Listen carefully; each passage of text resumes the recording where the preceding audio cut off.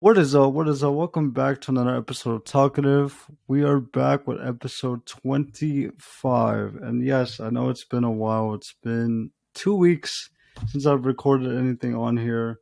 And it's been a minute. It's been a minute since I've been here in front of you guys on the camera or on the mic talking about just everything we love to talk about on the show, a mixture of topics, and just interacting with you guys and getting content out there.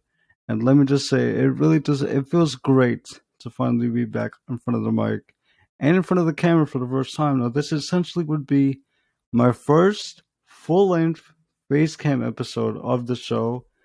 Is it exciting? Yes. Am I a little bit nervous? Perhaps, because this is, you know, essentially going to be the new norm for episodes going forward. Every episode is going to have to be in face cam.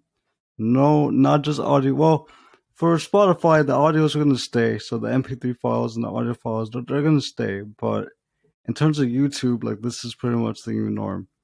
And I mean, it's good to be back, man. I apologize for the long break that I took. I took like more than 2 weeks off because I knew that this was going to be a big move, especially for the show quality as a whole. So I just needed that time to just, mentally be ready and mentally prepare for recording episodes, with my face for every episode going forward. So I just needed time to just reconvene and recuperate and mentally prepare for recording episodes in person. But we're back now, and it's good to be back, man. I hope you guys are doing great. If you guys are watching and or listening on Spotify, it doesn't matter, either or. I hope you guys are doing great. I hope you guys are enjoying your summer so far, as we are approaching August already. Just time just flies like it's nothing. And yeah, I mean, this is exciting. I can't wait to just, enter this new stage for this show, this new milestone, I guess you want to say, this new just moment of the show as we're going to be doing face cam episodes for forever. I mean, as long as I can, because there's going to be times where maybe I don't want to record my face and just do the audio. But if those times do come, I'll let you guys know ahead of time. But yeah, this is exciting. And for today, since it's been a while since I've just been on the show and just been releasing content, we're going to be talking about a few things today. Today's mainly going to be a gaming and pro wrestling episode because there's been a lot happening between those two frontiers ever since I recorded my last major episode, which is episode 24.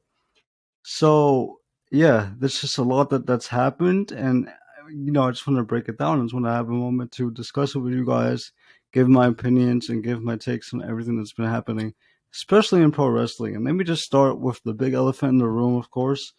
Vince McMahon is officially retired. He's no longer CEO or official chairman of WWE, like forever. He's officially retired.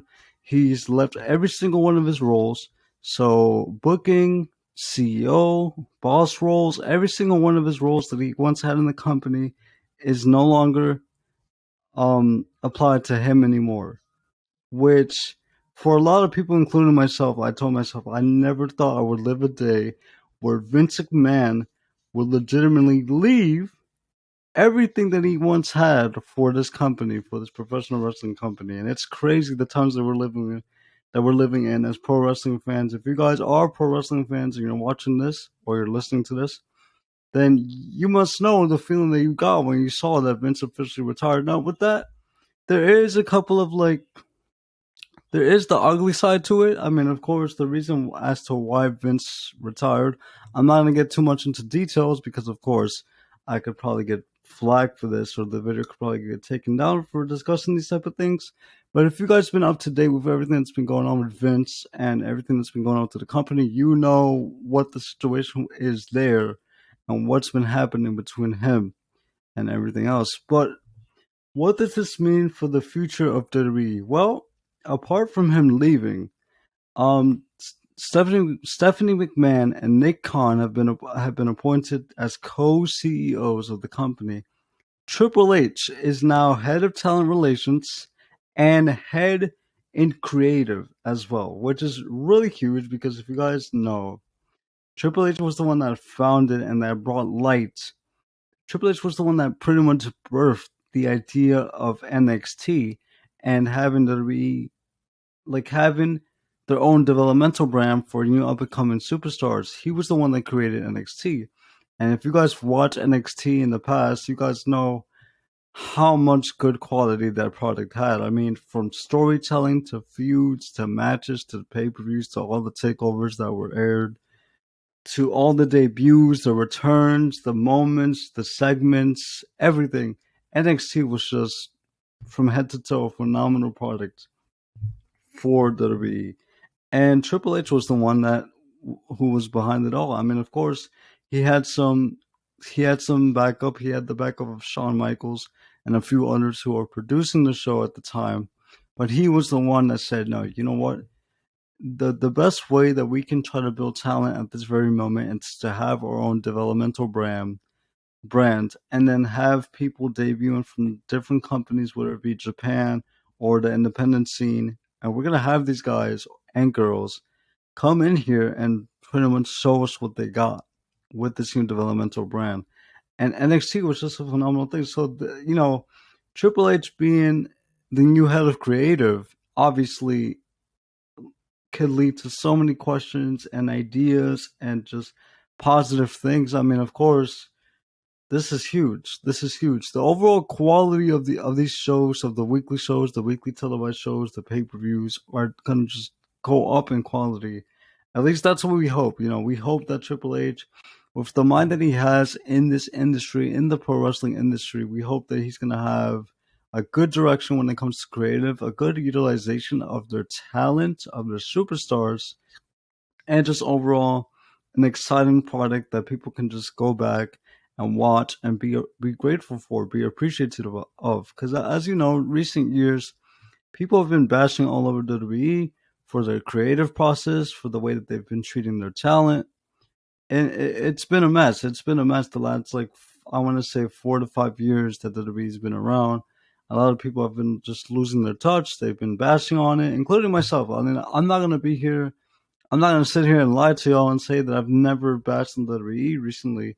Of course I have. Of course, not everything that they do is perfect. Not everything that they do is necessarily great.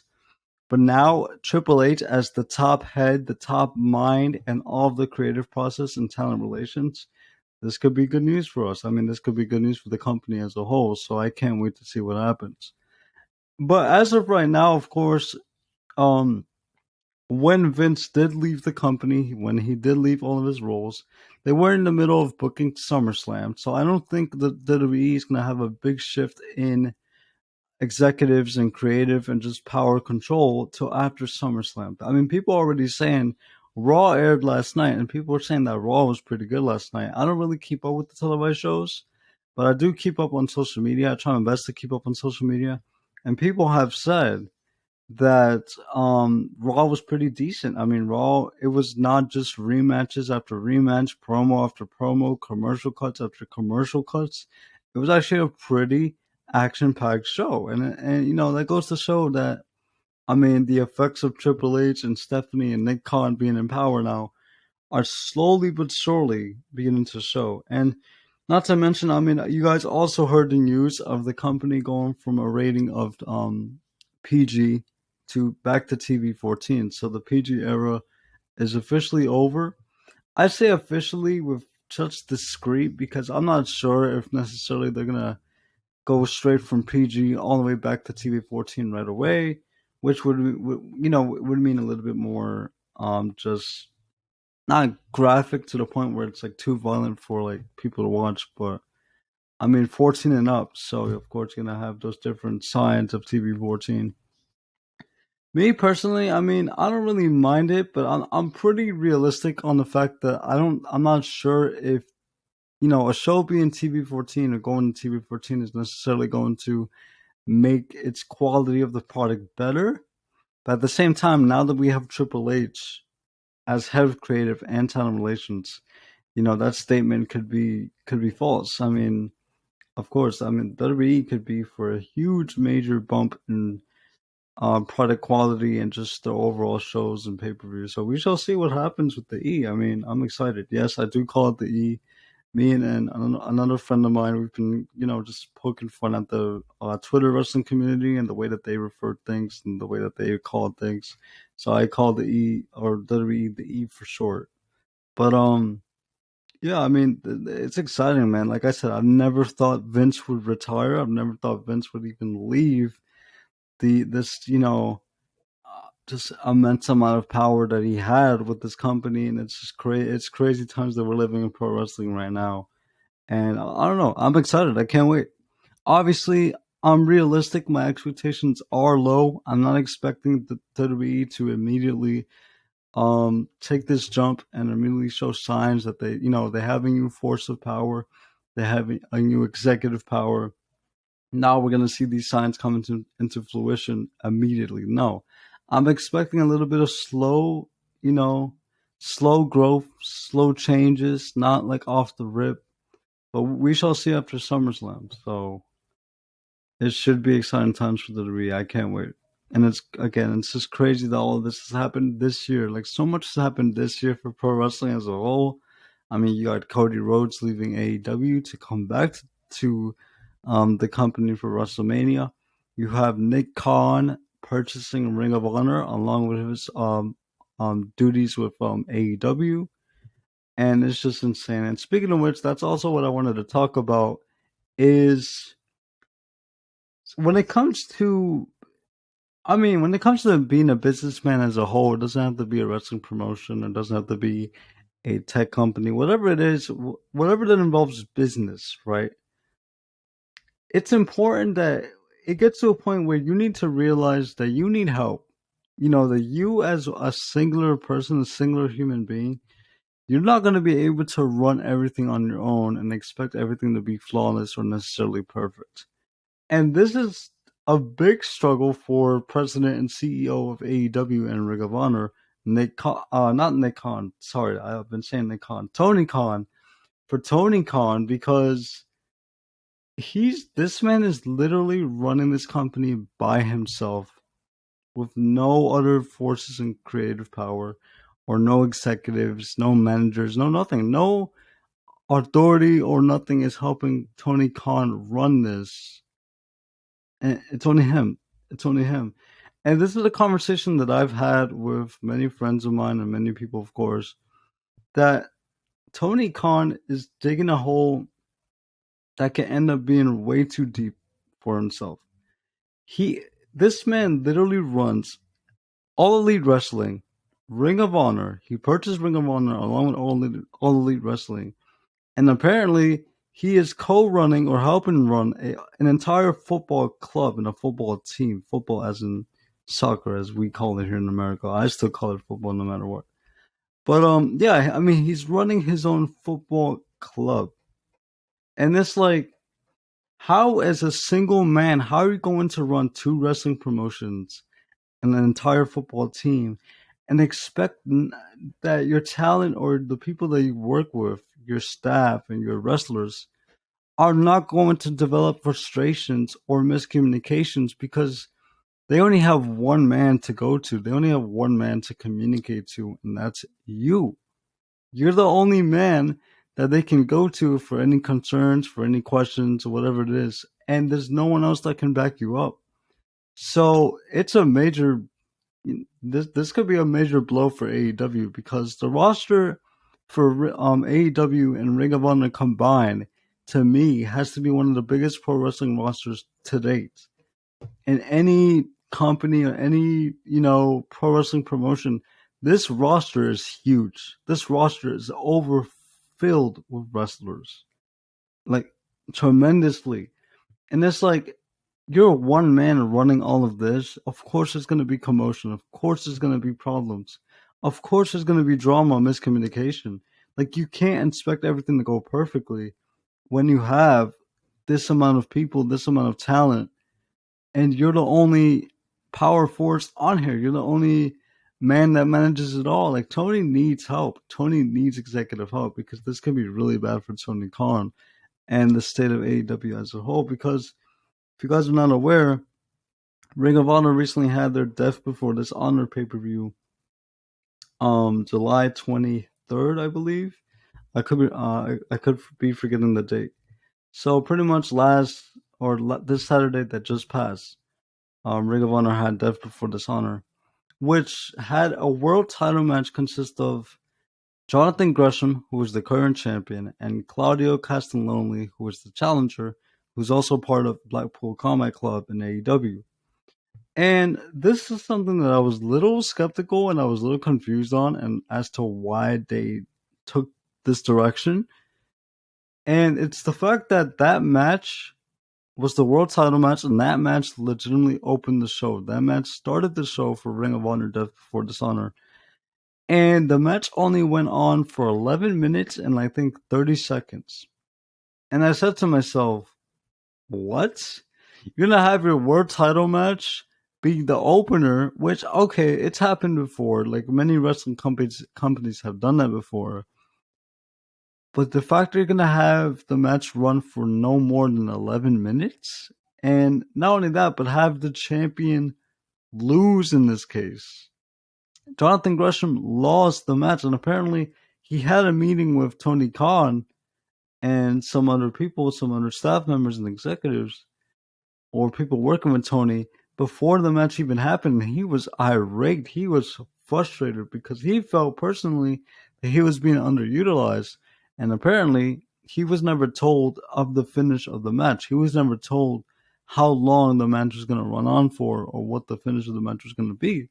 So, of course, yeah, if I'm Jonathan Gresham or if I'm any wrestler in this case, and I found out that my world title spot's going to be opening the show, which is okay, I'm like, all right, cool. But when I find out that the match is going to be 11 minutes long, and not only that, you're going to have me lose the title in under 11 minutes or under 15 minutes, of course I'm going to be pissed off. Of course I'm going to be annoyed. And those are the frustrations that Jonathan Gresham was trying to express with Tony Khan. And like I told you, Tony Khan is the only person that these wrestlers, these people can go to for any concerns or any frustrations. Nobody else. So if Tony's not even available, who are they going to go for any concerns or any situations going on? Like who can they resort to? And that's a major problem. Like you can't have a combustion of power or just miscommunication with your talent because that's what then leads to releases and people wanting to quit, people wanting to leave. I mean, he asked for his Ring of Honor and AEW release right after the match happened, and just walked off. I mean, it was said that he had a major argument with Tony Khan, and even cursing at Tony Khan at one point. People were saying they overheard the argument and they heard Jonathan Gresham literally cursing out Tony Khan. So I don't know, man. Like it's really one of these scenarios where Tony Khan obviously needs help. Like he needs help to run these brands and to run these promotions, and that he cannot do it by himself. Because if he keeps it up at this rate, it's just going to be more miscommunication. It's just going to be more frustrated wrestlers and more wrestlers that are just going to want their leave from the company. More wrestlers that just don't want to be involved with AEW or Ring of Honor anymore. So I don't know. It's a rocky situation for AEW, and it's crazy how AEW has this going on with wrestlers showing their frustrations, wrestlers getting mad with the main executive, and you have WWE over here who are having major leaps and major changes in power, and this is crazy. It's chaotic for the pro wrestling world right now. But yeah, it's I don't know. I feel like Tony just needs help. Like Tony, as ambitious as Tony Khan is as a businessman and a wrestling promoter, he's gonna come to a realization that he's like, crap, dude, I can't do this all by myself. I'm booking Ring of Honor shows, I'm booking Rampages, I'm booking Dynamites on Wednesdays, and I'm booking AEW pay per views. It's gonna get to a point where I'm not gonna know what to do. Like I'm gonna be mentally exhausted and just out of place. Like it's crazy. But I mean, nevertheless, AEW continues doing what they're doing best and putting on great shows. But I feel like if this keeps up with Tony Khan and his talent, I don't know what the fate of AEW can be. Like Tony Khan needs to consider hiring some executives, some more vice presidents, some managers. I mean, heck, put somebody in charge of Ring of Honor while you book AEW shows. Like, just I feel like something needs to happen. There needs to be a break in power. There needs to be a split in power with AEW and Ring of Honor because I feel like Tony just has it all right now, and this could lead to a major explosion between him and his talent. Of course, you wouldn't want that. I mean, with any business, you don't want to have any commotions or any drama with your staff and with your workers, with your employees, and that's what's going on with these promotions, Ring of Honor and AEW. But I mean, nevertheless, I'm still a huge fan of AEW and what they've been doing. Of course, they're not all perfect. This is a company that's only been around for less than 4 years. I mean, only 3 years in existence. So of course, there's going to be a lot that the company is not perfect for. I feel like one of those things is this that what we've been discussing is the communication and the balance and the amount of power that Tony Khan has over everything. So I don't know, man. It's just crazy. It's insane what's been going on in the pro wrestling world. Not to mention, I mean, we also had Forbidden Door literally a month from today. Today is July 26th, and we had Forbidden Door June 26th, which, by the way, it was a phenomenal show. I watched it from start to finish, 8.5 out of 10. It was a great show. I mean, people have been saying now that there's been a major shift in power in WWE, could we have a Forbidden Door with the WWE and AEW in the future? I mean, we can only dream of that ever happening or of Tony Khan and Triple H even ever communicating with one another. That would be insane. That would be insane for real. But yeah, I mean, that's the talk that I wanted to have for wrestling. Just give me a second here. I'm going to plug in my computer.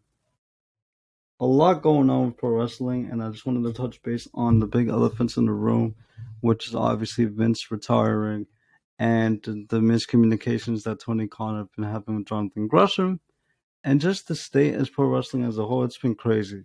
A lot's been happening this year. I mean, of course, with injuries, so many wrestlers have been out of action.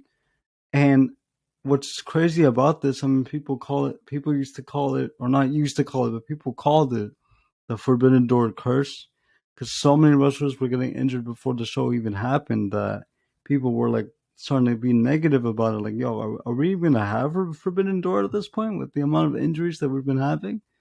And they still managed to pull off the show even with all the injuries. I mean, bro, you have Cody, pectoral muscle. You have Punk that's currently injured, CM Punk. Adam Cole, a crap ton of women's wrestlers have been injured. So many injuries recently that it's insane how these companies have been able to keep up with all of this. I mean, Cody Rhodes, on the topic of Cody Rhodes, he's not slated to come back for the Royal Rumble, which to me, it's crazy. I mean, the type of injury that he had, though, was a pretty major injury. And even this, let's touch base on this real quick while we have the chance. Um, Listen, I don't know if this was an act of like ballsiness from Cody Rhodes when he wrestled inside Hell in a Cell last June with the pectoral muscle damage, but that was so hard to watch. I mean, I was sitting there watching that match like, why?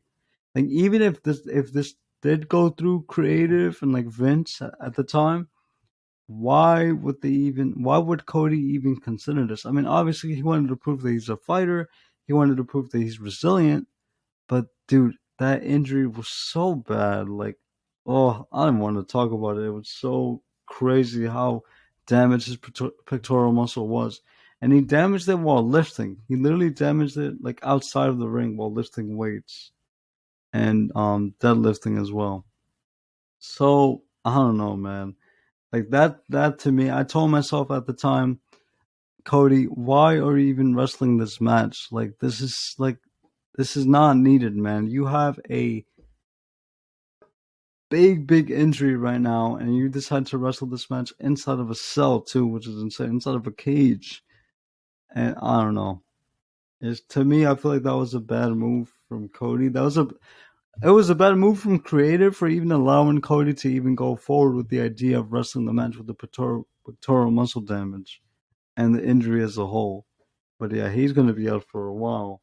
And I feel like if their plan is to try to have Cody's return be like another big return, then of course the pop is going to be insane because obviously people are missing Cody. I'm missing Cody currently at this time. But I mean, this gives chance for other wrestlers to build up their reputation and for them to take the spot as like best babyface of Raw or SmackDown or best heel, whatever. It gives a chance for other wrestlers to really take that spot until Cody comes back.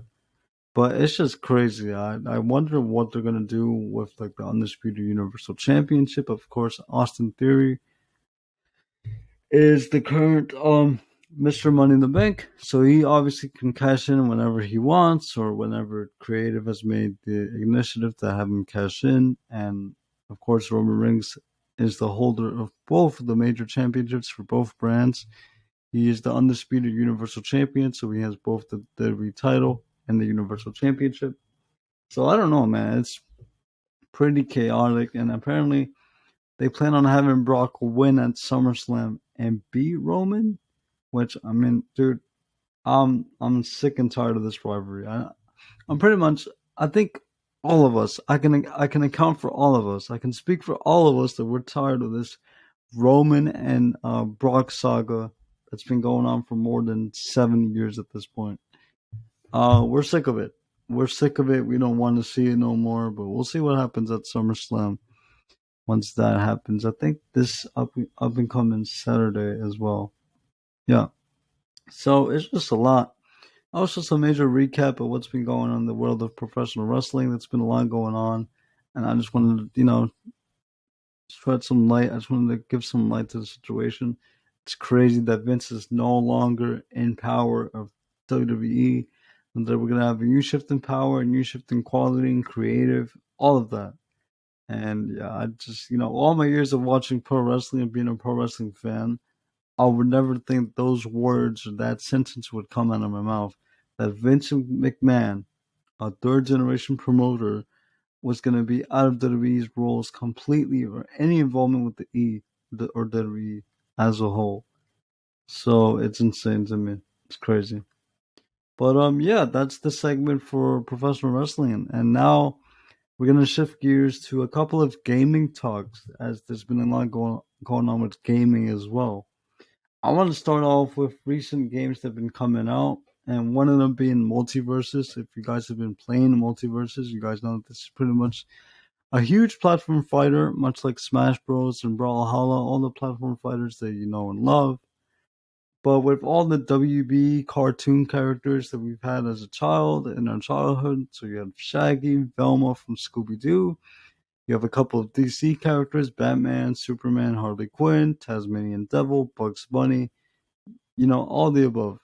Pretty much, it's a major hit right now. It's hot right now when it comes to gaming, and especially fighting games.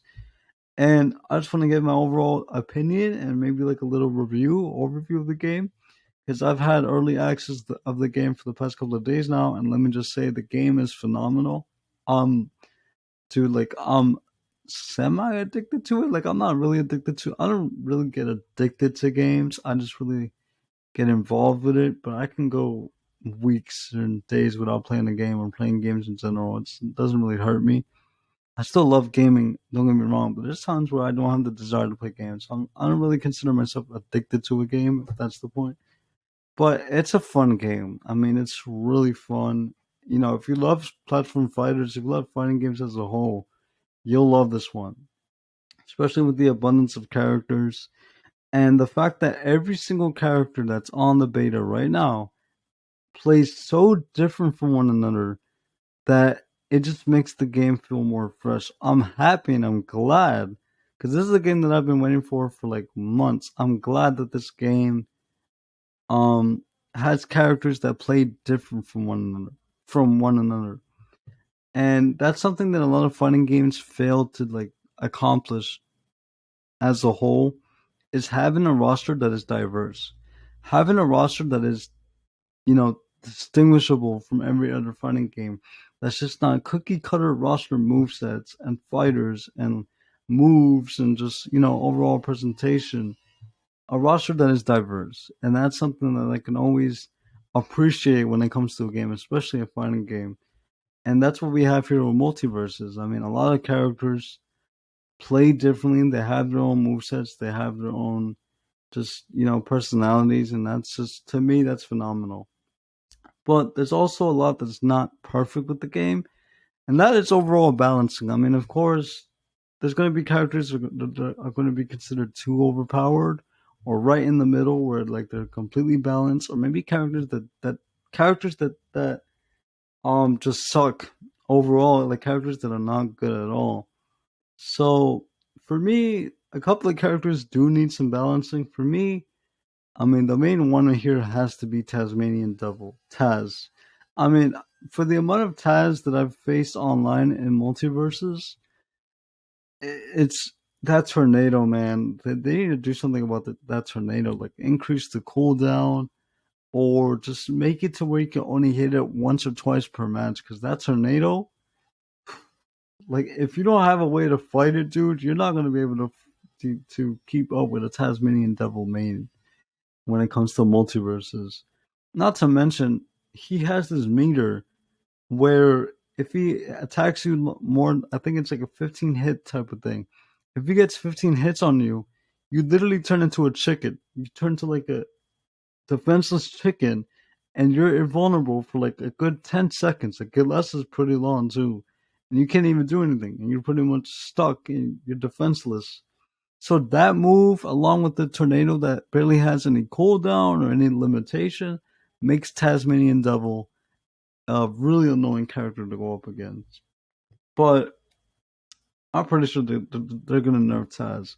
Listen, if anyone from WB or Player First Games or First Player Games, I'm sorry if I'm butchering that, if any of you run into this podcast episode, listen to me, nerf Taz, alright?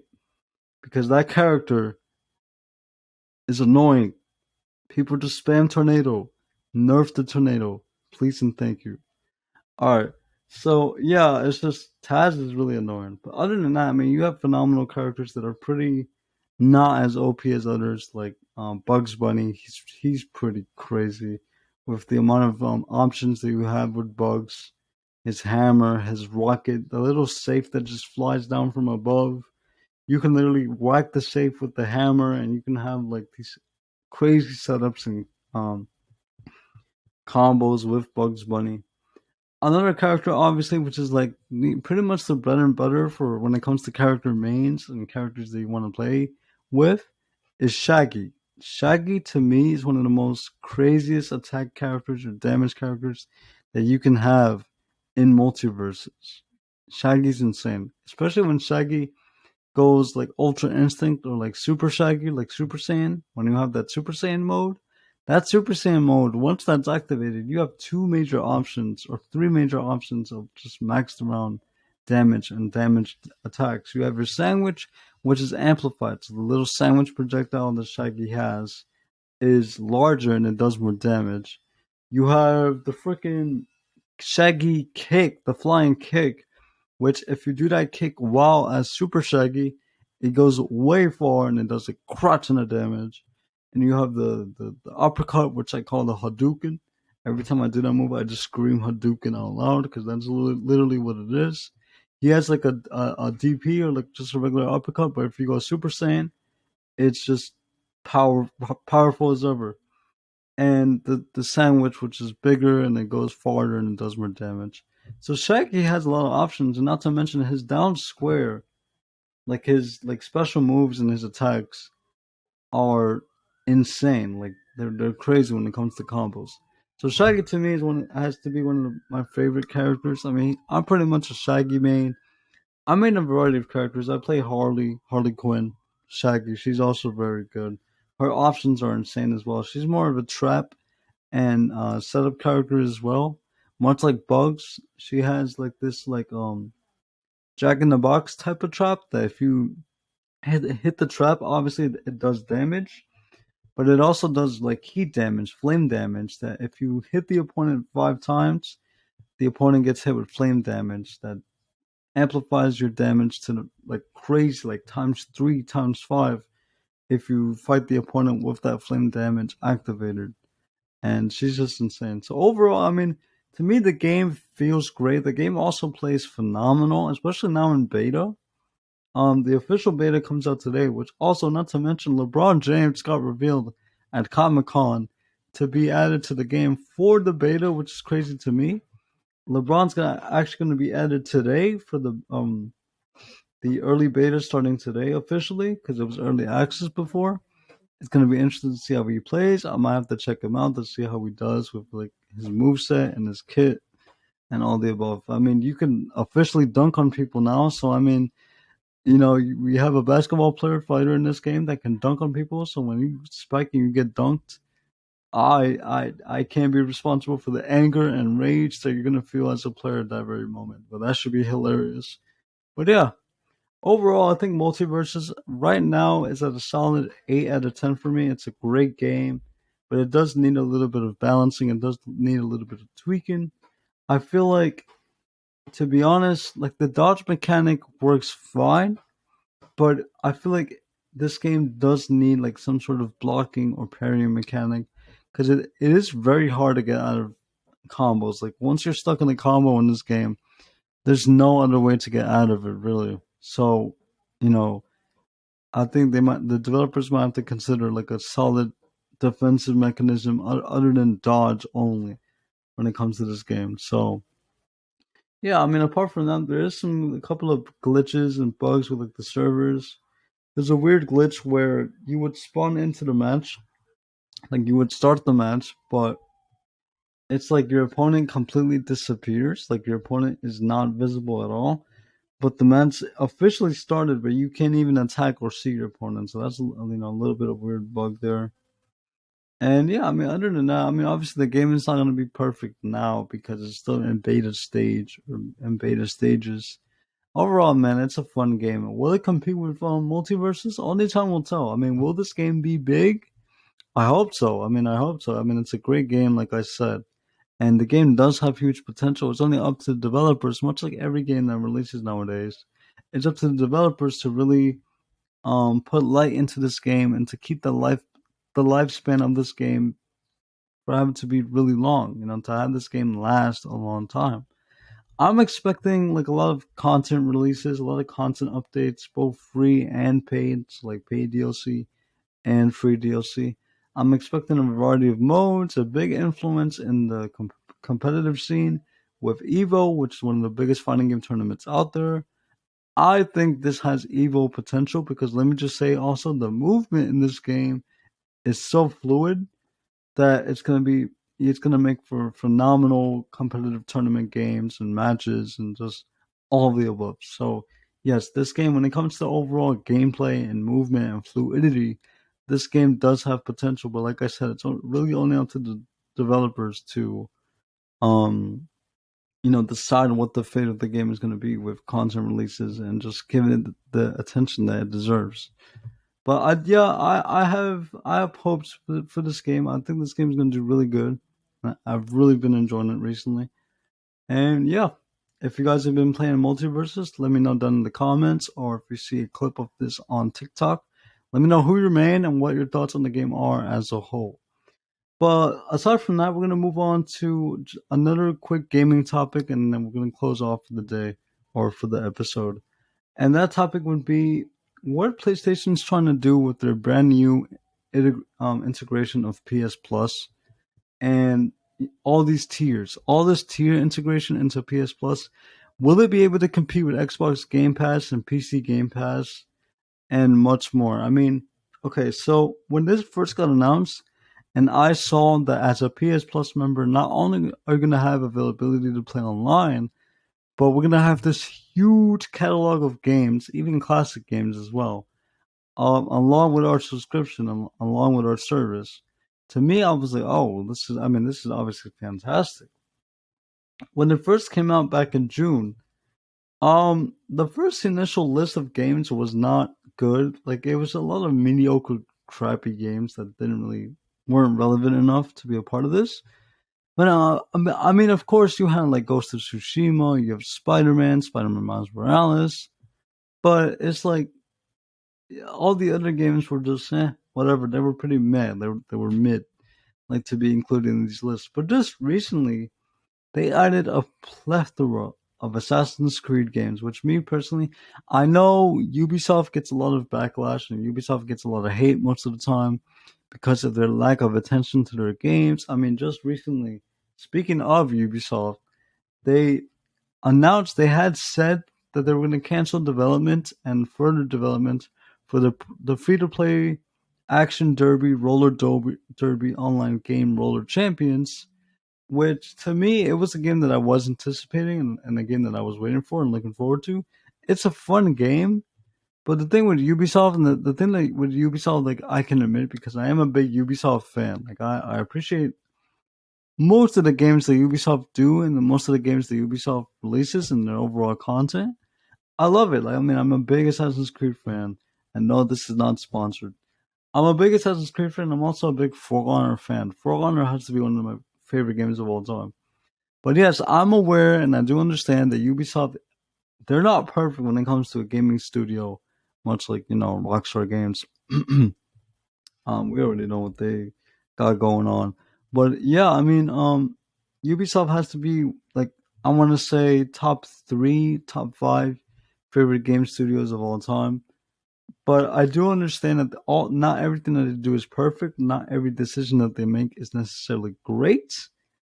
But I mean, nobody can go wrong with Assassin's Creed, bro. I mean, I feel like Assassin's Creed is one of the most influential, like single player story based, action based, open world franchises out there, apart from Grand Theft Auto and Red Dead Redemption and a few others.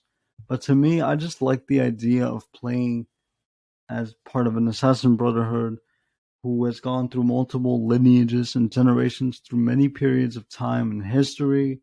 The whole thing behind the hidden blade and just a battle between the assassins and the Templars, like the Animus, all of that type of stuff. I mean, it's a phenomenal concept for me, and it's a concept that I enjoy with gaming. And they recently just had a deal with PlayStation, which would allow them to drop a plethora of Assassin's Creed games for the premium and the extra tiers that just got announced and just got released.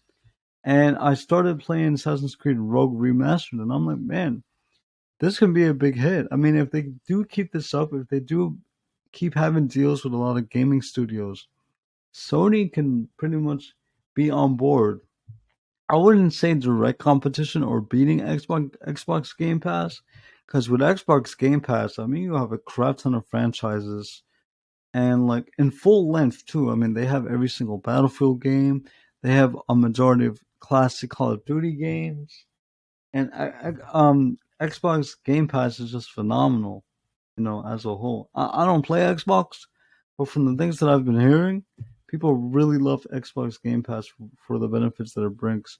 So you never know. Maybe this new PS Plus change or this new additions to PS Plus could put them on the map for like one of the, I guess, not the most beneficial online multiplayer gaming services, but I mean, if they again keep it up with the game releases, it could definitely be up there with Game Pass and everything else. But to me, I feel like it's not perfect right now. It still needs some time. It still needs some growth. It still needs some improvements with the overall games. In terms of the service, I mean, pricing is not bad. I feel like for the extra tier, you have to pay. If you're already on the essential, the normal PS Plus tier, I think you have to pay like $13 a month or every 3 months. So it's not bad. I mean, if you're upgrading from the essential, like the classic PlayStation Plus tier, you don't have to pay like a crazy amount of money to upgrade to the extra or premium tiers. So I feel like it you know pricing is not that bad to be honest, and that's saying a lot when it comes to Sony and the overall gaming industry as well. But yeah, I mean, I like it. I like it, but not I don't think that it's perfect. I feel like it still needs improvement with the game list and just the overall game additions and maybe even the benefits. But I mean, this is a brand new initiative for Sony, so if they put the attention that it needs to really be out there and really be popular, then it should be really good. Another game, just a quick mention, and then we're gonna close it off here with the disability fact of the episode. Yes, we're back with those. Let's go.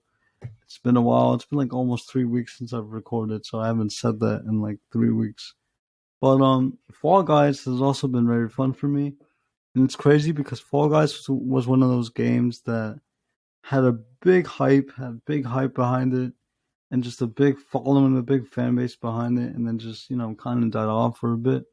But then they recently had a big PS5 upgrade update, and they added more obstacles, more races, more stages, and recently people have been playing the crap out of Fall Guys. It's a fun game, but I feel like with Fall Guys, it's definitely a love hate relationship.